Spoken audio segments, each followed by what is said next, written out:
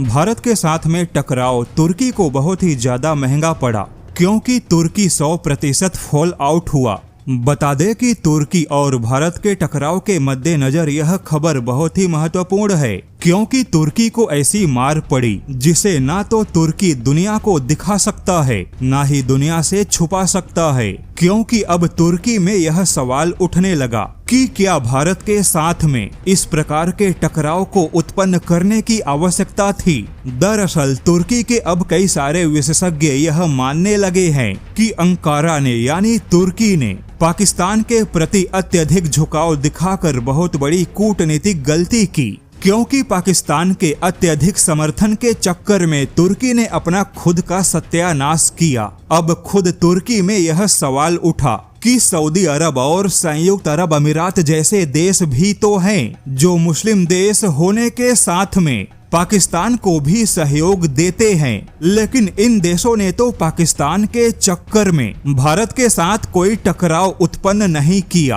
और न ही तुर्की जैसा अपना सत्यानाश किया। ऐसे में तुर्की भी संयुक्त अरब अमीरात और सऊदी अरब जैसे ही संतुलित कूटनीति को आगे बढ़ा सकता था, लेकिन अर्दोगन ने पूरे देश के हित या फायदे से कहीं ज्यादा खुद को मुस्लिम जगत का सबसे बड़ा नेता बनाने का प्रयास किया। हालांकि अर्दोगन खुद भी मुस्लिम जगत का सबसे बड़ा नेता नहीं बन पाए, ऊपर से तुर्की को भारत के बाजारों से अरबों डॉलर के व्यापार से हाथ धोना पड़ा। वहीं अर्दोगन के पाकिस्तान के प्रति ज्यादा झुकाव वाली राजनीति ने तुर्की को आज तक कभी कोई वास्तविक फायदा नहीं दिया। तुर्की को पाकिस्तान से ना तो कभी कोई बड़ा बाजार मिला, न ही रक्षा सहयोग में तुर्की को कभी कोई वास्तविक फायदा मिला। मिडल ईस्ट आई के रिपोर्ट के मुताबिक अब खुद तुर्की के रक्षा जानकार और डिप्लोमेट भी यह स्वीकार कर रहे हैं कि पाकिस्तान के पक्ष में खड़े होकर भारत से टक्कर लेना तुर्की की बहुत बड़ी कूटनीतिक गलती साबित हुई।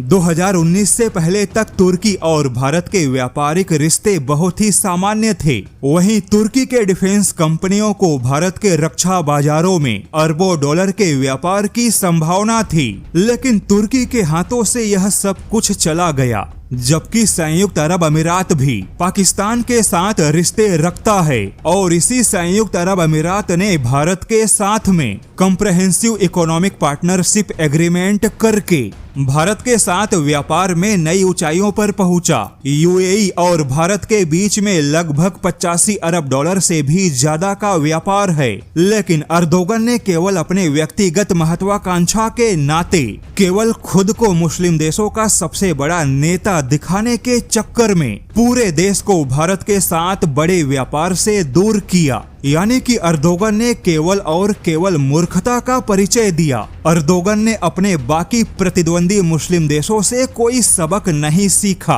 आज नेटो के अंदर भी तुर्की की हैसियत केवल यूज एंड थ्रो वाली बन चुकी है। अमेरिका हो या फ्रांस, कोई भी तुर्की को ना तो फाइटर जेट देने को तैयार है, ना ही इंजन देना चाहते हैं। वहीं अर्दोगन तुर्की को मुस्लिम देशों का खलीफा भी नहीं बना पाए। वहीं तुर्की G20 जैसे बड़े मंचों पर भी कोई बड़े समझौते नहीं कर पाया। यानी कि अब तुर्की के ही जो जानकार हैं वह आवाज उठाने लगे कि अर्दोगन को भी बाकी ताकतवर मुस्लिम देशों जैसे ही भारत और पाकिस्तान के बीच में संतुलन बना के चलना चाहिए था, किंतु पाकिस्तान प्रेम के चक्कर में तुर्की ने अपना महत्व खो दिया।